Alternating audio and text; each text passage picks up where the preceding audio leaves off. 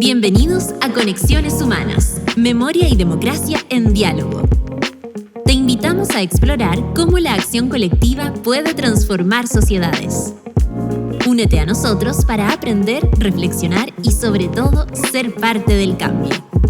Este proyecto es una creación conjunta entre la Corporación Parque por la Paz Villa Grimaldi y la Fundación Friedrich Ebert, con la colaboración del Centro de Estudios Interdisciplinarios sobre Cultura, Política, Memoria y Derechos Humanos de la Universidad de Valparaíso y la Dirección de Cultura, Patrimonio y Extensión de la Universidad de O'Higgins. Les damos la más cordial bienvenida a un nuevo capítulo de Conexiones Humanas, Memoria y Democracia en Diálogo. Un podcast que nació de la necesidad de compartir y reflexionar en torno a experiencias ciudadanas que se vinculan estrechamente con los derechos humanos. Mi nombre es Mario Aguilera, soy periodista, he trabajado en radio, televisión y prensa escrita, me titulé en Francia. ¿Y por qué digo esto? Pues me titulé en Francia, fui expulsado de Chile, estuve detenido durante casi un año, pasé por diferentes centros de detención, Londres 38, Villa Grimaldi y también por 3 y 4 Álamos. Y ello ocurrió justamente en aquel periodo en que hay que hacer memoria. Cosas que estamos haciendo hoy, sembrando memoria. Hoy nos acompañan representantes de la Corporación de Memoria y Cultura de Puchuncaví a través de dos de sus directores, Rodrigo del Villar y Silvana Grifero, quienes trabajan recuperando y poniendo en valor las memorias asociadas al ex campo de prisioneros políticos Melinca, conocido también como Puchuncaví, con el objetivo de promover la educación y valoración de los derechos humanos en perspectiva pasado-presente. Desde la corporación gestionan el sitio de conciencia y museo de sitio en alianza con agentes locales, regionales, nacionales e internacionales. También se encuentra hoy con nosotros y nosotras Aideo Verdatur, ex prisionera política de la dictadura civil-militar, tempranamente se vinculó como dirigente histórica en organizaciones de derechos humanos, siendo la primera subsecretaria de Derechos Humanos del presente gobierno. Actualmente es consejera del Instituto Nacional de Derechos Humanos, elegida por las organizaciones de la sociedad civil. Además, participa en diversas instancias nacionales e internacionales vinculadas a la búsqueda de verdad y justicia, siendo relevante su participación como miembro del Consejo Consultivo de la Asociación de Abogados y abogadas, jueces y fiscales de derechos humanos de América Latina y el Caribe. Bueno, para dar comienzo a esta entrevista, vamos a partir primero para saber, este conversatorio, saber en definitiva la historia de Melinca. ¿Cómo nace Puchuncaví? Esto no se creó con la dictadura, nació mucho antes. Cuéntanos, Rodrigo, las damas primero. Silvana. Silvana, cuéntanos. Bueno, la historia de Melinca parte, digamos, anterior. Muy bien, como tú lo dices, parte con la época de Balneario Popular. En el año 1970, y el gobierno de Salvador Allende lanza las primeras 40 medidas en un revolucionario mandato que aseguraba profundas transformaciones sociales. De ahí nace, digamos, Melinca. Precisamente en el año 1971 se construye el balneario popular en Melinca. Conjuntamente ese año también produce una situación en Chile. Tenemos el terremoto de Illapel o la Ligua. Y al construirse este balneario popular en Puchuncaví, alberga a aquellos damnificados de esa catástrofe, ¿ya? Entonces el primer uso que tuvo este balneario popular fue recibir a los damnificados. Y los balnearios populares también tenían un apellido, especialmente de Puchuncaví se llamaba Venceremos, así como los 17 balnearios que se construyeron en Chile. Tenemos que ponernos de acuerdo. Pero dime una cosa, Rodrigo, cuéntanos un poco respecto de la historia que estábamos hablando recién, sí. Pero también de qué manera se impulsa el trabajo de este balneario popular y ustedes lo que están haciendo hoy con los trabajadores, con quienes construyeron aquello y con los pobladores del sector. Claro, que pensando justamente en lo que fue la medida 29 del gobierno del presidente Salvador Allende, en que lo que se pretendía era darle las posibilidades a trabajadores de escasos recursos a vacacionar en estos balnearios populares, ¿no? Que por lo demás eran 17. El último se apareció hace no mucho tiempo, que es se llama Las Machas, está en Arica. Recién hace 2 años se supo esto, ¿no? Entonces, ¿cuál era la característica que tenían estos balnearios populares, ¿no? Primero que la posibilidad de viajar trabajadores con toda su familia a vacacionar. O sea, las mujeres no tenían que preocuparse de la comida, no tenían que preocuparse de lavar, no tenían que preocuparse de los niños, porque había monitores que se encargaban de atender a los jóvenes y a los niños. Y por otro lado, tenían servicios alimentarios, que tampoco era preocupación de los veraneantes, y tenían salud, atención de médicos, enfermeras y personal de salud.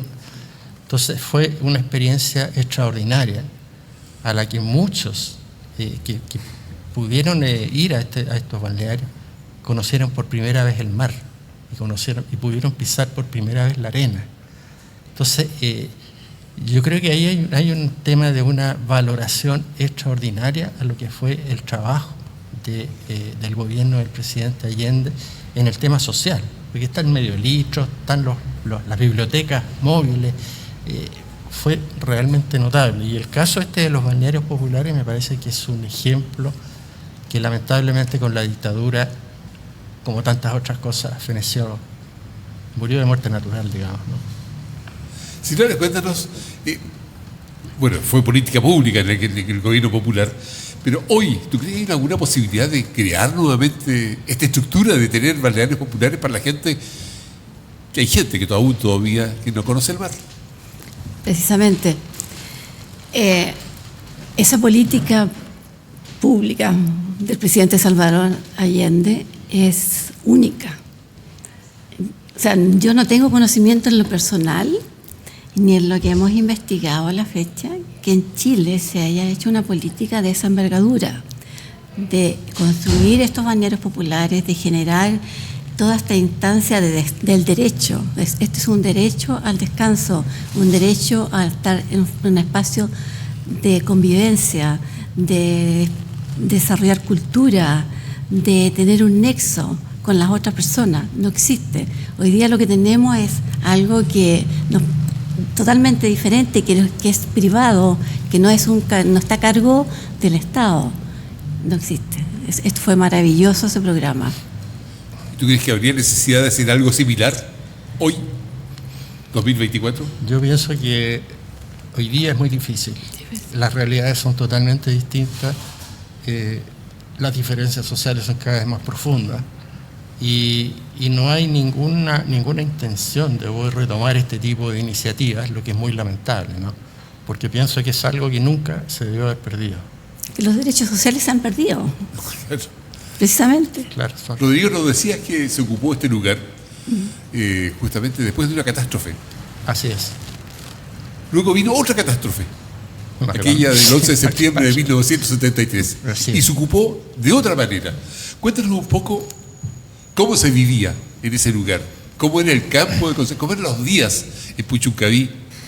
Sí, bueno, primeramente hay que aclarar que la llegada de los presos políticos a Puchuncaví viene desde un periodo muy brutal que nos tocó vivir como jóvenes, como trabajadores, como estudiantes, y que fue el periodo, digamos, propiamente tal del golpe para adelante, con la represión, con la tortura, con la muerte, con la desaparición, con los campos de desaparición, que fueron muchos. Entonces, el ver hoy día la llegada a ese lugar requiere fundamentalmente tener muy claro cuál es la historia que tenemos por atrás, la historia de represión. Porque uno puede hablar del campo, puede decir lo que ha avanzado, lo que ha logrado, pero ese campo tiene una historia muy fuerte, y que por otro lado también permitió a los prisioneros políticos desarrollar una supervivencia, diría yo, una sobrevivencia a través de la solidaridad entre los prisioneros, el apoyo de los familiares, particularmente de las compañeras, de las madres, cosa que en Chile hasta el día de hoy no se ha reconocido, porque si hay personas que merecen un reconocimiento como Dios manda, diría un católico, es la labor que cumplieron esas mujeres. Pensemos que en esa época, en general los hombres eran el sostén de la casa, el que llevaba el dinero. Y de pronto estos generadores del dinero caen presos, o mueren, o desaparecen.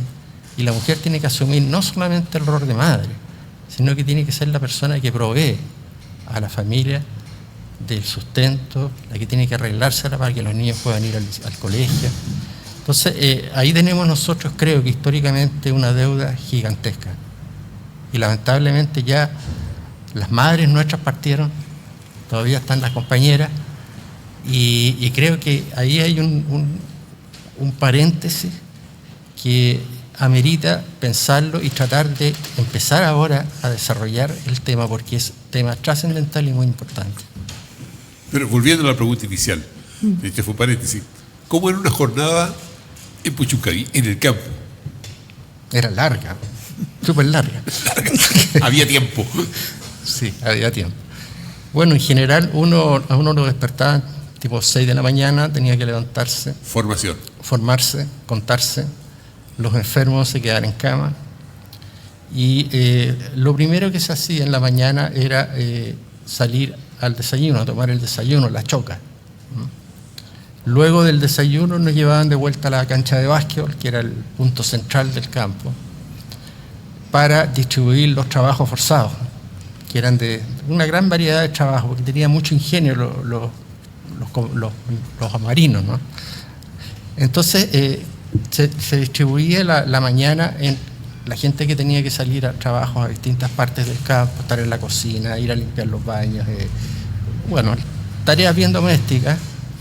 Y posteriormente de una batería salía un grupo de prisioneros a la Plaza de la Bandera, marchando y cantando himnos militares, fundamentalmente infantería marina y Armada de Chile. Llegábamos a la Plaza de la Bandera y teníamos que formarnos, y mientras se izaba la bandera teníamos que cantar la canción nacional con la frase de los valientes soldados. Todas las estrofas. Y ese procedimiento se repetía en la tarde, cuando la bandera se arreaba. Volvíamos otra vez, volvíamos a cantar, y bueno, nosotros siempre tratábamos de hacer algo especial en todo este tipo de situaciones, ¿no? A los infantes, para ellos era muy importante que la canción nacional terminara cuando la bandera llegaba al tope del asta, cosa que nosotros nunca hacíamos.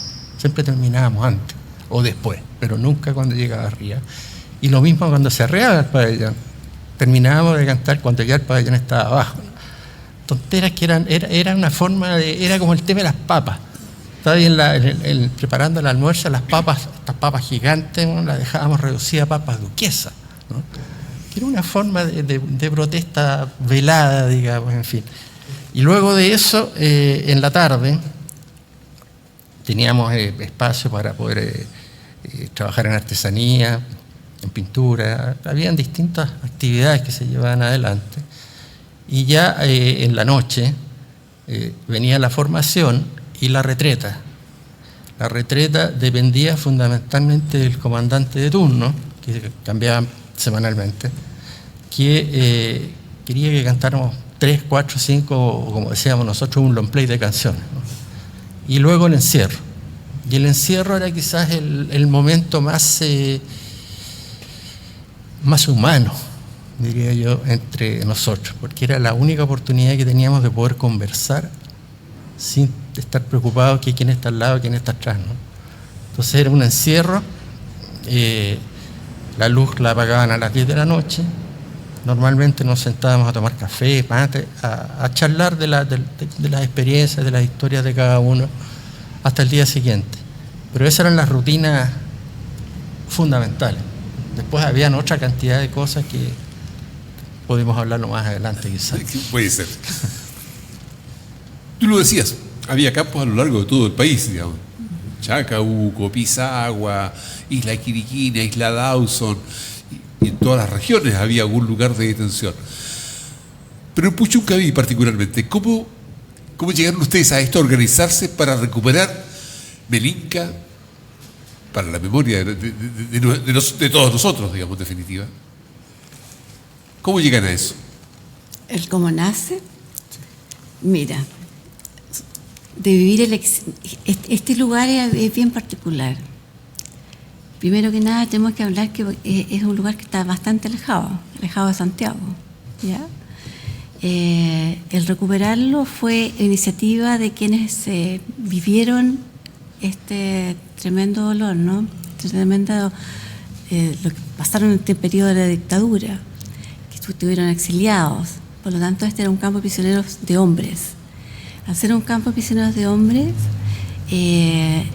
un grupo de ellos nació la iniciativa, especialmente Rodrigo, que estaba en el exilio, y su primera visita cuando se le permitió ingresar al país, visita este lugar, buscando vestigios en el espacio, porque lo que hizo la dictadura fue hacer una borradura del lugar, no haber nada, ser un sitio oriazo. Y estos compañeros se empiezan a unir en el proceso de rescatar la memoria del lugar. Y así, familiares, amigos, empezamos a unirnos junto con la comunidad, de conformar una agrupación y empezar a trabajar en el proceso de recuperación del lugar. Ha sido un trabajo enorme, difícil de llevar a cabo, con muchas dificultades, con muchos éxitos, pero con grandes logros en el trabajo de memoria, que a nosotros nos enorgullece, el trabajo con comunidad. El trabajo en sí ha tenido muchas etapas, y de eso podríamos hablar mucho, o sea, varias, de dificultades enormes de los apoyos tanto de la comuna. El mayor las dificultades con el municipio, no nos ha apoyado nunca para ello. Rodrigo, ¿cuáles han sido los principales desafíos justamente de ustedes como organización para recuperar este sitio, para la memoria y hacer lo que hay que hacer en definitiva? No olvidar lo que ocurrió. Bueno, inicialmente, como decía Silvana, fuimos un grupito muy pequeño, éramos 4 personas, 5. Y nos planteamos el hecho de que no era aceptable que un sitio como este, que tenía una larga historia buena y historia mala, desapareciera. Las primeras visitas que hicimos no había nada, era un campo eriazo. Y los vestigios fueron paulatinamente desapareciendo. Entonces nos planteamos, dijimos, esta cuestión no puede seguir así, tenemos que recuperar el sitio por la importancia que tiene, importancia histórica, por la memoria, por lo que significó, no solamente para nosotros, por lo que significó también para la gente de Puchuncaví. Durante la época que existió el campo de prisioneros, ahí se crearon economías de escala. El pan, las verduras, las frutas, las herramientas, todo se compraba en el pueblo.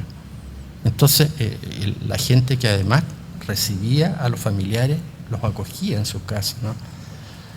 Entonces también hay un elemento que no es menos importante, que tiene que ver con el devolver la mano a la comunidad.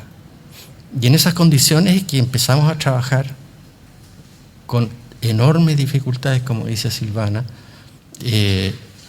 Nos trataron, el municipio en general nos trató muy mal, más bien algunos concejales, la mayoría eran de derecha. Y llegamos a un punto en que dijimos, esta cuestión no puede seguir así. ¿Qué hacemos? Consejo de Monumento Nacional. Solicitud al Consejo de Monumento declaratoria de Monumento Nacional con carácter histórico del campo, completo. Y recién en el 2018 el Consejo aprobó esto, pero fue un elemento muy importante para enfrentar al municipio.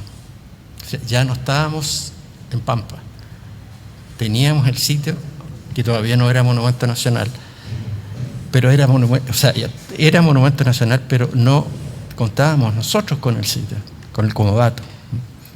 Se nos acusó que queríamos hacer escuela de guerrilla, enseñar a hacer bombas, cualquier tontera. Unas personas que eran del municipio. Y finalmente, el 2018, nosotros íbamos permanentemente, estábamos cada 15 días solicitando reunión con el Consejo, acomodábamos los proyectos para ver qué pasaba. Hasta que finalmente la única alcaldesa mujer que ha tenido el municipio, Eliana Olmos, tomó la decisión de que no podíamos seguir visitando el municipio y presentando proyectos, que había que cortar esta payasada. Y nosotros, con otro compañero que lamentablemente ya no está en la corporación, decidimos que había que tomar el toro por las astas, y a partir de eso la dama Eliana Olmos decide votar en el Consejo Municipal qué va a pasar con nosotros. A eso estábamos a la alegría en esa época. Votaron 3 y 3, y la alcaldesa dice: yo soy alcalde, por lo tanto tengo derecho a votar, y yo voto porque entreguemos a la Corporación de Memoria y Cultura de Puchuncaví en comodato 6.400 metros de terreno por 20 años. Y ahí empezó ya, éramos dueños, digamos, de este espacio, y empezamos a desarrollar proyectos, y empezamos a avanzar, y empezamos a crecer como organización de derechos humanos, ¿no? Pero este trabajo ha sido larguísimo. Tenemos ¿puedo pasar una propaganda? Démosle. ¿Sí? Esta historia está toda grabada desde el día 1 hasta hoy. Y un gran amigo, compañero querido, el Gonzalo Silva, el maestro Roscalata, que fue quien grabó esto, hizo un documental, y el documental dura 2 horas, y es la historia de la recuperación del campo. Muy entretenido. Pero no hemos podido terminarlo. El documental está hecho, pero falta la postproducción, así que vamos a iniciar a partir del 17 de este mes la campaña para recuperar este espacio, este documental, y conseguir apoyo de todo el mundo, todos los que quieran apoyarnos para conseguir el financiamiento. Pero es un documental único, porque tampoco habla ni de la tortura, ni la muerte, ni esto, otro, sino que simplemente es una historia humana, real, del trabajo de un grupo de personas, hombres y mujeres, que han logrado avanzar de una manera extraordinaria en un sitio como este. No debe haber sido fácil, en todo caso, Silvana, recuperar un lugar para la memoria, en definitiva, puesto que, bueno, los que estuvieron ahí detenidos tienen un pasado, saben qué pasó ahí. Los familiares de ellos también. Aquellos habitantes de Puchuncaví que vivían en aquella época han pasado ya varias décadas. Ahora son otras generaciones. ¿De qué manera ustedes han podido conversar con ellos y relatarles lo que ocurrió para recuperar la memoria también para ellos, para la gente, los que viven en Puchuncaví? Porque ahora Puchuncaví se conoce porque es un lugar donde hay problemas medioambientales. No porque había un campo de prisioneros en ese sitio. ¿Cómo han logrado trabajar con esta nueva generación que no vivió, que no conoció, que no vio el campo de Puchuncaví? Mira, Puchuncaví mira, hay que dejar claro lo siguiente. El trabajo de memoria en la región metropolitana tiene una forma clara y transparente y muy fácil de llegar. El trabajo de memoria en una región donde nosotros estamos en un área rural, donde nuestro sitio aún no tiene los servicios sanitarios, o sea, todavía no tenemos agua, lleva a que el trabajo con la vinculación con el medio y la comunidad tampoco sea algo donde se conozca de este espacio. Partir por eso, se conozca este espacio.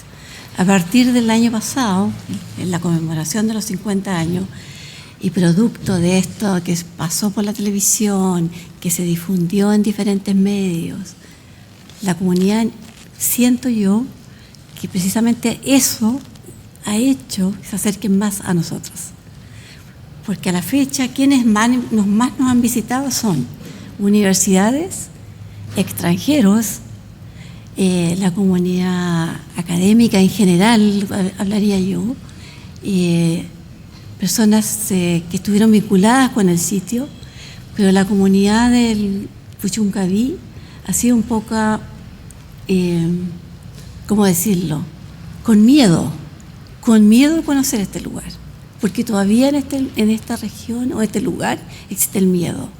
Y eso es curioso y te va a llamar la atención que uno lo esté diciendo, pero es así. Los colegios, a la fecha, empezaron precisamente el año pasado, en la conmemoración de los 50 años. Antes había sido muy difícil que pudiésemos tener este nexo. Nos habíamos vinculado el año 2017, cuando como medio de comunicación hicimos una exposición itinerante, ¿ya? Por lo tanto, esa exposición estuvo en la comuna de Puchuncaví y no me recuerdo si estaba Eliana Olmos en ese periodo, y ella pudo vincular a los colegios para que visitaran esta exposición.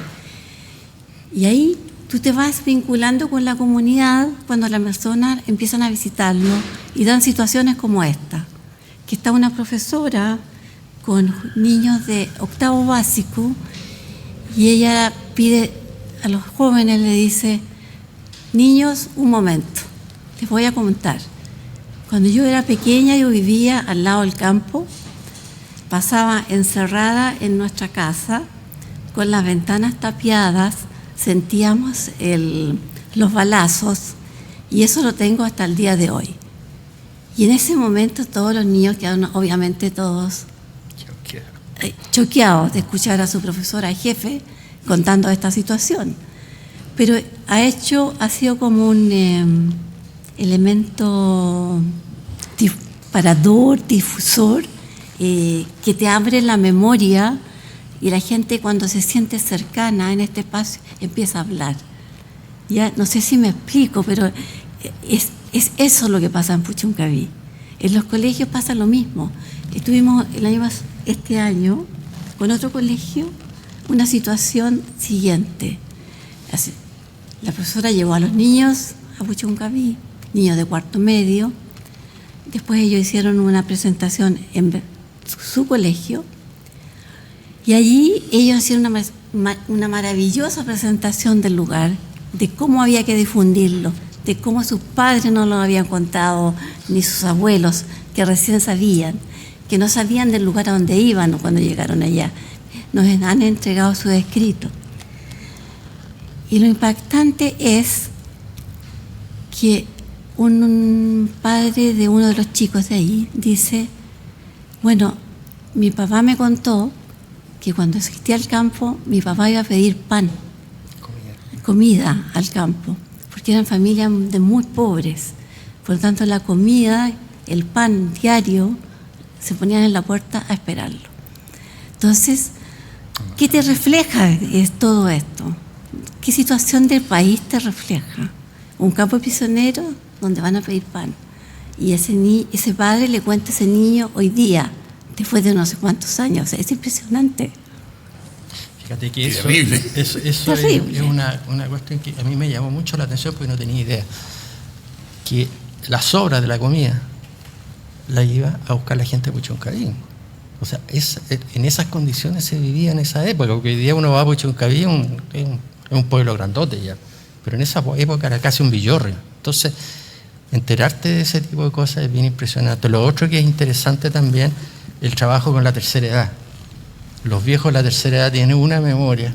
Tuvimos una actividad con pura gente de la tercera edad hace un tiempo atrás, no hace mucho, y de repente empezó a hablar uno, empezó a recordar, y el que estaba al lado se empezó a acordar, y el otro se empezó a acordar, y empezaron a contar historias que vivieron ellos relacionadas con el campo de prisioneros. En Puchuncaví se tenía la idea de que habían matado a mucha gente en Puchunca.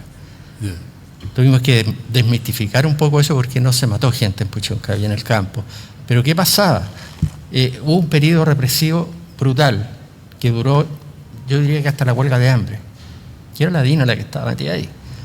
Y en la Semana Santa del año 75 se realizó una homilía en que estuvo Mariano Puga, dicen que fue muy linda, que incluso tenían un grupo musical de Puchuncaví que tocó música sacra y todo lo demás. Y terminó la actividad, se fueron para las piezas, encerrados. Esto ha sido como a las 10 de la noche. Aparecen unos infantes con pinturas negras en la cara, pateando puertas, tirando a los prisioneros, tirando a los estanques de agua, contra los alambres de púa. Todo lo que pillaron adentro de las cabañas lo hicieron bolsa, destruyeron, que fue tremendo. Y fue una represión que duró de las 10 de la noche hasta casi las 2 de la mañana. Y a partir de ahí nosotros llegamos 2 semanas después de esta represión. Entonces, a partir de ahí se produce un cambio bastante sustancial en términos de lo que fue la violencia bruta hacia los prisioneros, ¿no? Y el vivir esta situación, yo me imagino que para la gente del pueblo era bien impresionante, ¿no? Estaban los famosos zafarranchos de combate. El comandante del campo salía a cualquier hora, disparaba al aire y era la guerra, porque venían los invasores a liberar a estos bellacos prisioneros rojos. Y nosotros teníamos que tirarnos al suelo, o donde te pilló la guerra, ahí tenías que quedarte, ¿no? Y de hecho en el trabajo actual que tenemos nosotros, tenemos una cantidad muy grande de casquillos que hemos ido recuperando, que están en el campo, ¿no? Pero la gente en Puchuncaví hasta el día de hoy tiene pánico. O sea, todo lo que le vuela al campo, prefiero mirarlo de lejos, ¿no? Prefiero ignorarlo. Así todo hablaba del miedo que había de la gente que hoy vive ahí y que no querían ir al lugar. Pero había miedo también en aquella época, y a pesar de ese miedo, la primera huelga de hambre que se hace en Chile, sí, se hace en Puchuncaví. Exactamente. Porque muchos de los que ahí estaban habían estado con aquellos que aparecieron en la lista de 219. Sí. Y como Talla decía, bueno, hagamos una huelga de hambre, ¿qué tanto? Total, no nos van a llevar presos. Se contaba entre los presos de Puchuncaví. No era tan así, ¿eh? No era tan así, pero es Cuéntanos cierto. un poco, ¿cómo fue esa experiencia de esa huelga de hambre? Mira, en solidaridad por aquellos compañeros que no estaban y nos querían hacer creer que se habían muerto entre ellos. Claro, lo que pasa es que nosotros veníamos de Villa Grimaldi. Y en Villa Grimaldi estuvimos con muchos compañeros y compañeras que posteriormente aparecen en esta publicación de Olea y el diario argentino ese.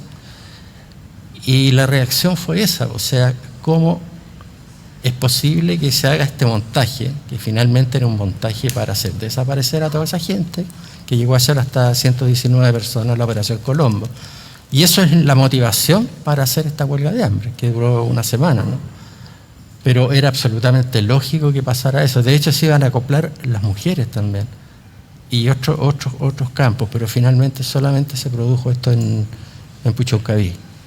Y hubo mucha represión después. Muchos compañeros dirigentes de los partidos políticos los trasladaron a Santiago, para allá, a Paraíso, al Silva Palma, qué sé yo, a otras partes. Pero esa es la razón del por qué esta huelga de hambre, ¿no? Que es histórica. 50 años se cumplen el próximo año. Gracias, Rodrigo. Bueno, de a poco uno va tomando conciencia desde joven, y luego se comienza a militar por los derechos humanos. En el caso tuyo, Aide, cuéntanos, si nos puedes comentar un poco acerca de tu formación como activista y política. ¿Cómo naciste en esto? Mira, yo creo que primero uno es hijo de su tiempo y de su familia, ¿no? En mi caso, ya sea por el lado de mi madre o mi padre, hay tradiciones que tienen que ver con que los que llegaron porque fueron objeto de algún tipo de persecución. En el caso de los Oberreuter, porque eran contrarios a los monárquicos y eran además profesionales, ingenieros, entonces decidieron migrar, y entonces llegan al sur de Chile, no para tierra, sino que de alguna manera a prestar servicios. Por el lado de la madre viene la tradición anarcosindicalista, que llega también a Valparaíso. Y bueno, pues además, yo creo que nuestra generación, la generación de los 70, que se podría decir, que es a la cual yo me identifico pertenecer, es una generación que crece dentro de la lógica de la promoción popular, ¿no? En donde los gobiernos, incluso los gobiernos progresistas de centro derecha, se plantean la necesidad de que la gente participe de alguna manera de la democracia. Y esto también tiene su expresión en el mundo cristiano católico, en donde lo que pasa es que se promueve generando una tercera línea, ¿verdad? La de la izquierda por un lado, la de la derecha por otro, pero por el medio se mete la tradición de que se creen los centros de padres, los centros de madres, los centros que promueven la formación de los estudiantes, muchos de ellos centros culturales, centros deportivos, en fin, uno es hijo de esa tradición. La posguerra llevó también con ello una intención de ampliar, de profundizar la participación democrática para efectos de impedir que las sociedades volvieran a colisionar como venían de la Segunda Guerra. Y entonces yo soy hija de ese tiempo también, yo creo que todos nosotros de alguna manera somos hijos de esos tiempos. Y de ahí lo que uno mismo tiene, digamos, ¿no? A mí me llamó mucho la atención todo lo que veía en el Cerro Cordillera, en la casa de mis abuelos maternos, a cómo la gente que había sido anarca y luego se había integrado al Partido Socialista se seguía reuniendo casi como tendencia, porque además el anarquismo representó una forma de entender el mundo del trabajo que fue muy interesante, ¿no? Entonces, pero es peligroso esto de comprometerse bueno, con este tipo de cosas. Ok, pero en ese tiempo no. Pero Perdón. luego sí. Perdón, claro. Ahí quiero llegar. Perdón. ¿En qué tú momento llegas donde te quieras, detienes? pero yo te digo de dónde vengo, que lo que pasa es que en realidad uno no sale de un globo de aire, digamos, uno sale de donde viene. Y de donde viene con una concepción de clase, además, ¿verdad? Por más feo que sea decirlo hoy, digamos, y por más que se hayan esmerado a mí en mandarme a los colegios de las monjas cristiano-católicas y todo eso, uno termina siendo lo que es. Yo terminé siendo una dirigente estudiantil ya en enseñanza básica, soy de los que pasaron... Ya estaba el bicho. Yo soy de los que pasaron de sexta preparatoria a séptimo, salí de cuarto medio en 1971 y llegué a la universidad con la curiosa aspiración en medio de mi corazón de que yo finalmente iba a ser una militante de izquierda. Y llegué buscando, por lo que hacían mis abuelos, llegué buscando el Partido Socialista en realidad. Pero me encontré con que el Partido Socialista era un montón de átomos. Y el año 72 era un año que implicaba una gran cantidad de decisiones rápidas. Y en eso yo no me perdía, ya había empezado a entender que la política se movía y rápido. Y como tenía un gran interés de tener participación política y aportar desde esa perspectiva colectivamente, entonces, bueno, pues empecé a buscar por otros lados. Y hasta que, no es que yo fui a buscar al MAPU, sino que el MAPU, que ya había visto que venía siendo una historia dirigencial en la ciudad, bueno, pues me cooptaron de la manera más simpática que te puedas imaginar, si gustas te la cuento, pero terminé metida en las filas del MAPU de Valparaíso, que además hay que tener presente que esa es una cualidad muy singular, y terminé siendo dirigente también de la Escuela de Historia y representando a la Escuela de Historia en la Federación de Estudiantes de la Universidad de Chile. Así me encuentra el golpe de Estado, siendo representante de la Escuela de Historia. Y bueno, por esa misma razón es que nos ponen ese cartel en la frontis de la universidad que menciona a todos los que fuimos dirigentes de ese momento, con nombres y con carrera, y dice: se les busca vivos o muertos, ¿no? Y así empieza el glorioso periodo de la persecución política. ¿Y a ti cuánto te detienen? Bueno, me detienen a mí formalmente en fines del 75.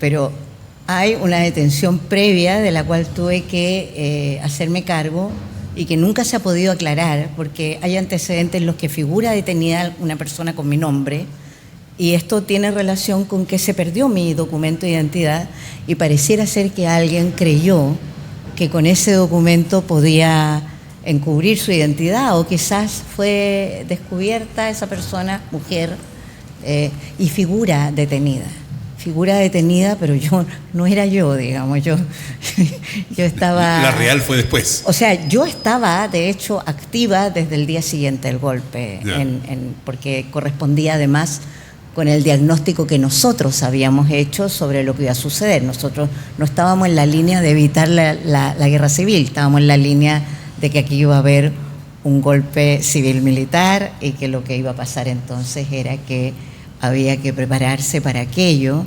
del punto de vista de sobrevivir, de organizarse y de salvar vidas. Entonces, obviamente, y es una pena que haya perdido ese carnet, además, porque yo me sentía profundamente orgullosa de haber votado por primera vez en marzo del 73 y tenía ahí una marquita en mi carnet, una tonterita que me habían puesto que decía que era parte de los que fueron observadores del proceso, y ese carnet lo perdí. Pero oficialmente yo fui detenida por primera vez por la Armada de Chile en 1975. Cuartel Silva Palma, Academia de Guerra Naval. Sí, mira tú. Bueno, hay todo un periodo luego, posteriormente a aquello, eres sobreviviente. Y tu vida política, esto de ser sobreviviente, luego implicarte de alguna manera en la construcción de esta nueva democracia y después ser autoridad. ¿Cómo viviste todo aquello, ese periodo de ir pasando todas estas etapas para llegar a ser una autoridad? Bueno, eso es una novela de Tolstoy en realidad, digamos, o sea, el salto cuántico que te pegaste entre una cosa y la otra es enorme, ¿no? Yo también soy parte de la gente que tomó la decisión de no irse de este país. Por lo tanto, estuve siempre aquí y tengo en mi registro de detenciones una larga historia. El último proceso es un proceso que dura desde 1986, cuando queman a Rodrigo Rojas, el 2 y 3 de julio, y ahí ese proceso en mi caso dura hasta el año 96. Entonces, tengo una larga historia como prisionera política y de allí también surge el que muchos nos organizáramos para reivindicar el tema de la prisión política y la tortura como un tema que el Estado de Chile debía abordar sí o sí, digamos, ¿no? Cosa que evidentemente no existía la disposición de hacerlo. O sea, no me queda, creo que no, espero no ser malinterpretada, digamos, pero creo que siempre se tuvo la intención de cerrar el capítulo de las deudas de derechos humanos en la Comisión de Verdad sobre detención, desaparición forzada y ejecución política. No es baladí que se haya finalmente entrado a la fuerza por parte de los gobiernos de la Concertación a recién generar una comisión de verdad sobre la tortura 13 años más tarde.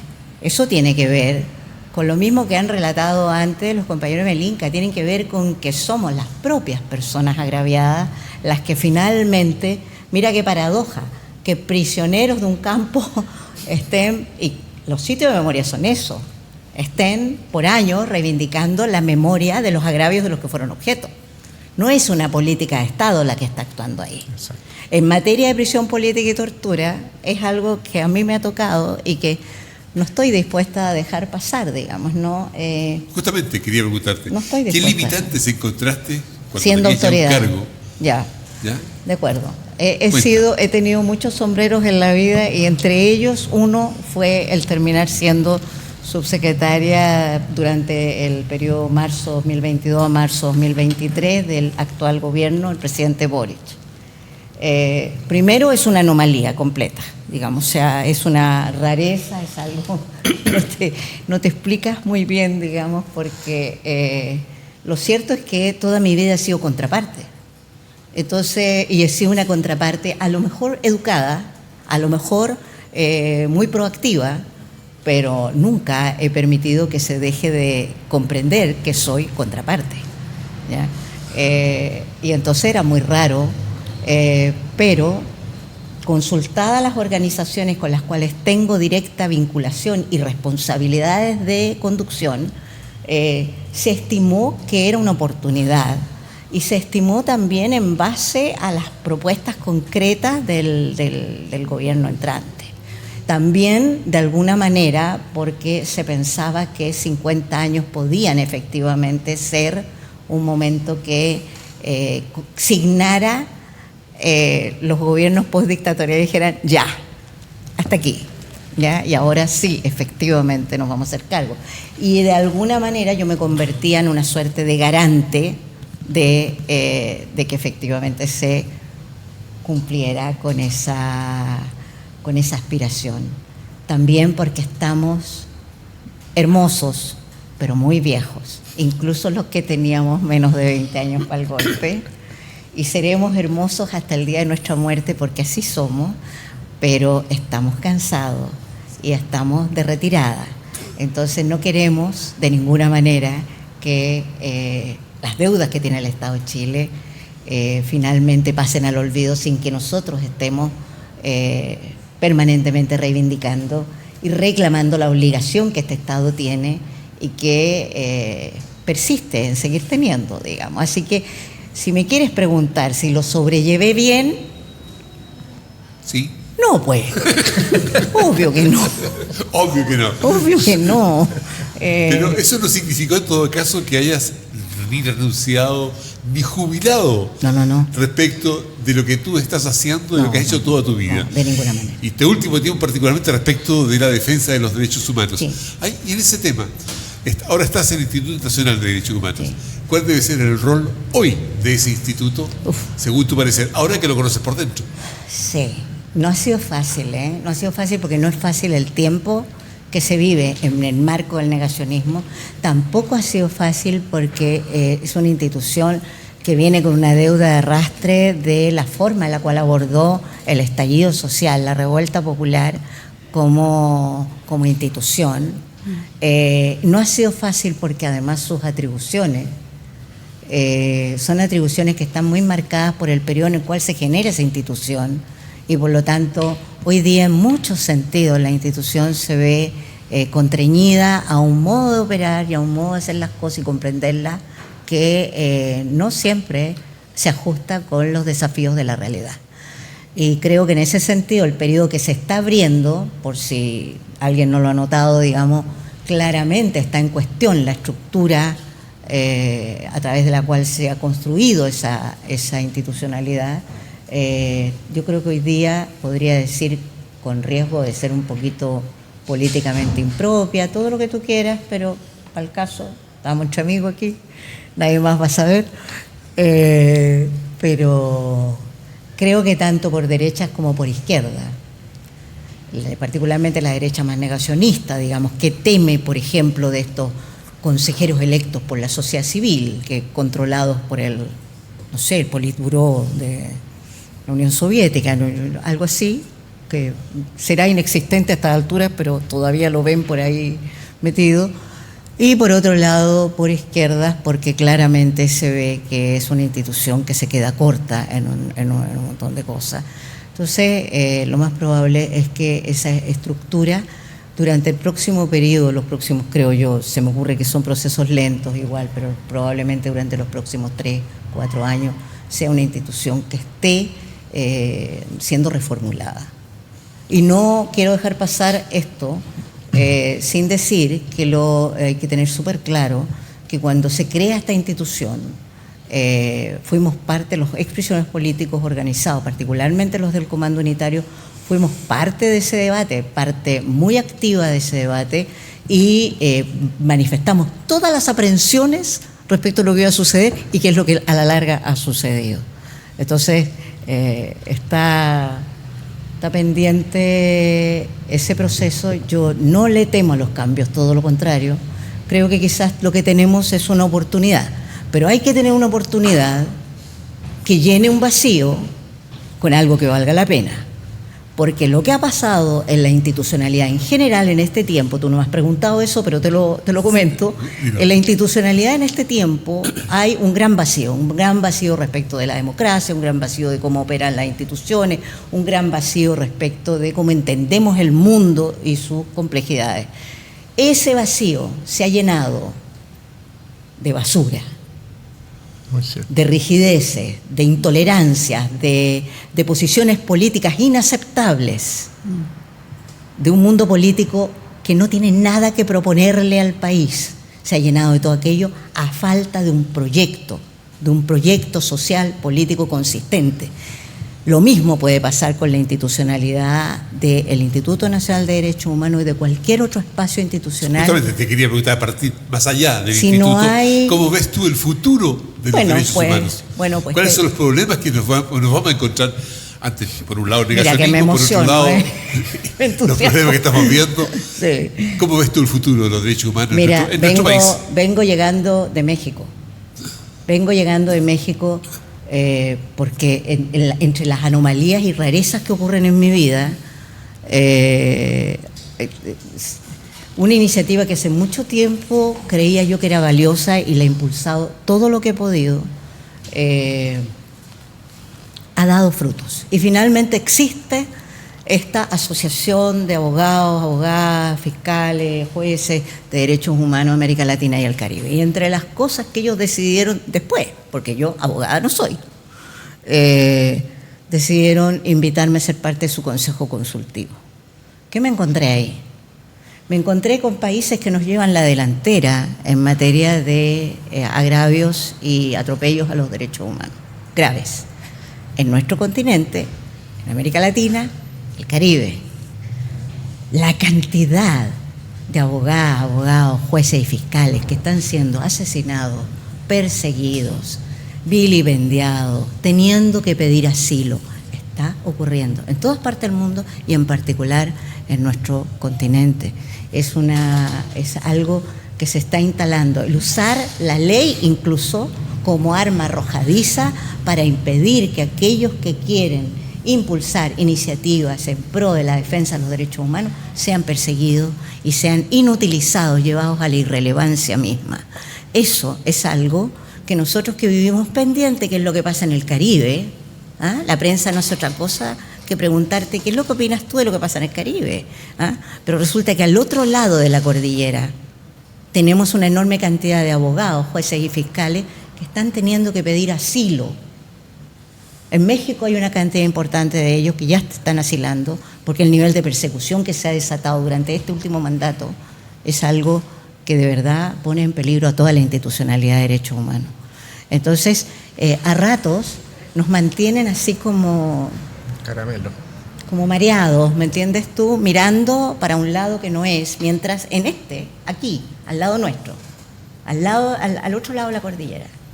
No nos olvidemos que estábamos en Tres Álamos cuando en marzo del 76 tuvimos que saber enterarnos que había un golpe al otro lado. Y la mitad de nuestros compañeros que se habían logrado salvar habían pasado por la cordillera para allá. ¿Ya? Entonces, sí, creo que no solo Chile, sino que el mundo entero está un poco como en riesgo de una regresión muy peligrosa. Pero creo que hay un problema con los chilenos. Tenemos nosotros un problema grave y es que solemos jugar a la gallinita ciega. Oye, ¿puedo hacer un comentario? Sí, por favor. Cortito. No les voy a cortar, al contrario. Quiero este mensaje. ¿Ustedes qué esperan del futuro de los derechos humanos justamente? Yo estoy completamente... Están tratando de sembrar memoria ahí en Puchuncaví, pero la cosa se ve oscura. Yo estoy completamente de acuerdo con lo que dice Aide. Y se me viene a la cabeza el tema del plan de búsqueda. Uno, la verdad es que quizás de manera inocente creía que íbamos a avanzar. Y la realidad nos muestra otra cosa. O sea, inexperiencia. Seguimos con esta cosa de ubicar la pega acá, este otro allá. Y hace unos meses atrás un encuentro ahí en el Parque Cultural. Habían algunas senadoras. Y a propósito del tema de las desapariciones, yo pregunté por qué, habiendo tal cantidad de testimonios entregados por los sobrevivientes, que estuvieron con muchos compañeros y compañeras desaparecidas, no se les ha tomado en cuenta. Esos testimonios están o en el Ministerio de Justicia o en el Ministerio de Interior, no sé. Y mucha gente dijo, es cierto.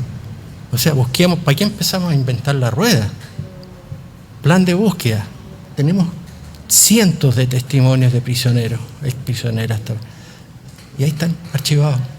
Entonces uno ve ahí un poco el profundo interés que hay por la búsqueda, el profundo interés que hay por respetar los derechos humanos.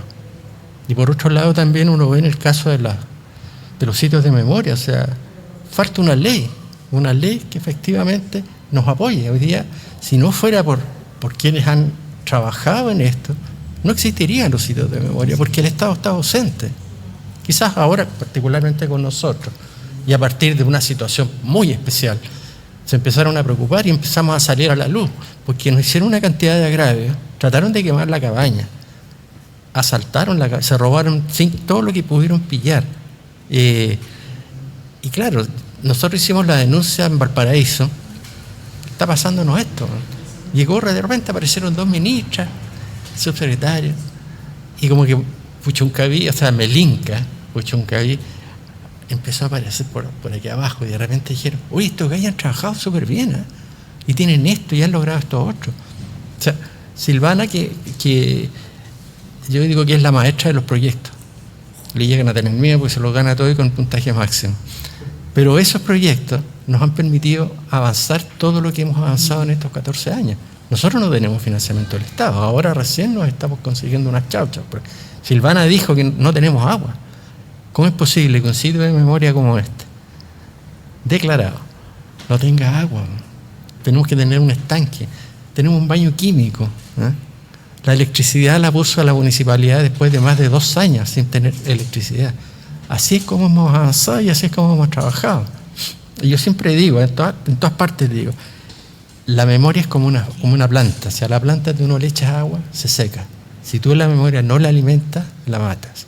Y el trabajo nuestro es mantener viva la memoria y trabajar con la gente. No solamente en términos de la memoria misma, sino que además el tema de género. Hay unos problemas tremendos en la comuna con las lolas de colegio, violaciones, asesinatos, el tema de la violencia en los colegios, el problema del alcohol, el problema de la droga en los colegios y el tema ambiental, que es una barbaridad lo que pasa allá. Pues, a esta altura yo había cerrado todas las fábricas, pero el problema que tienes tú también ahí es que mucha gente trabaja en esas empresas.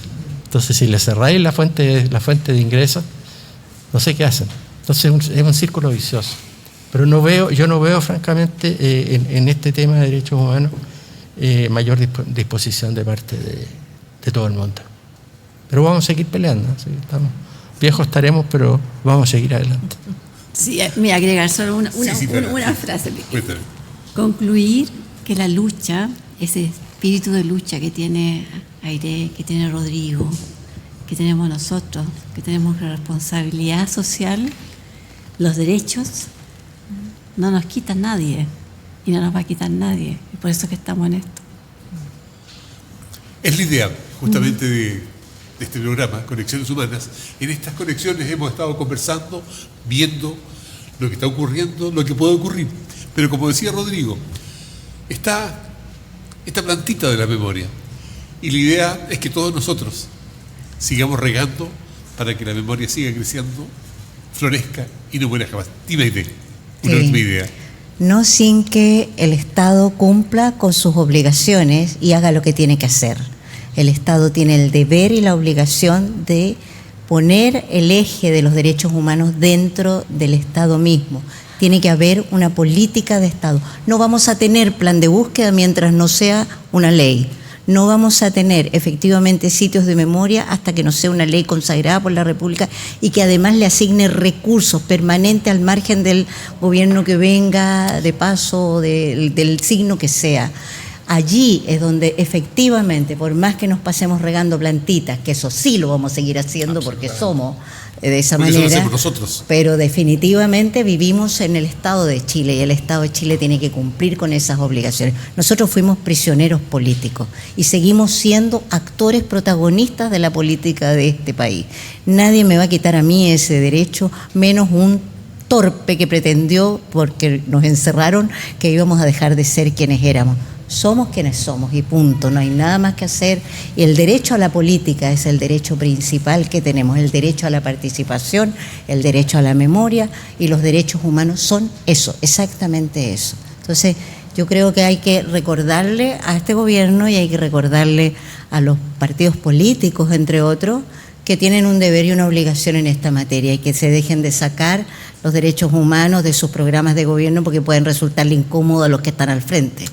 No, es más importante que nunca que los derechos humanos sean una parte central, un eje pivotante dentro de la articulación del sistema político que tenemos.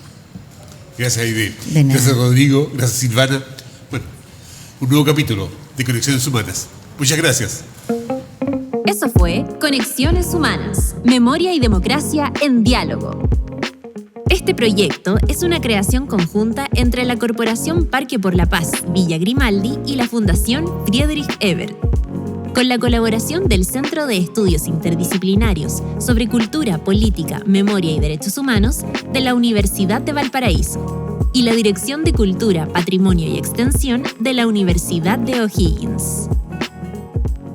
Las opiniones vertidas en este programa son de exclusiva responsabilidad de quienes las emiten y no representan necesariamente el pensamiento de SUELA, la Corporación Parque por la Paz Villa Grimaldi, Fundación Friedrich Ebert, Centro de Estudios Interdisciplinarios sobre Cultura, Política, Memoria y Derechos Humanos de la Universidad de Valparaíso y la Dirección de Cultura, Patrimonio y Extensión de la Universidad de O'Higgins.